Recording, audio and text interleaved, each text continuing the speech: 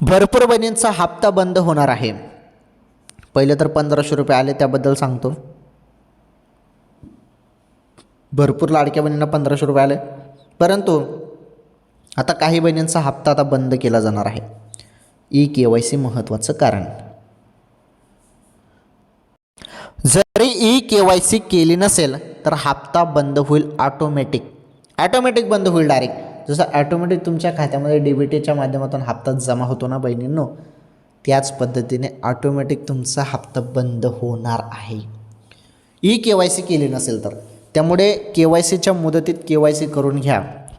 मुदतवाढ भेटेल का नाही ते सांगता येत नाही, परंतु KYC करून घ्या आताच, तेव्हाच 1500 रुपये येतील. आता 17वा हप्ता नोव्हेंबरचा हप्ता सुरू झालेला आहे. प्रत्येक बहिणींच्या खात्यामध्ये 1500 रुपये येणे सुरू झालेले आता. ओके, ठीक आहे. ही माहिती द्यायची होती तुम्हाला, फार महत्त्वाची माहिती होती.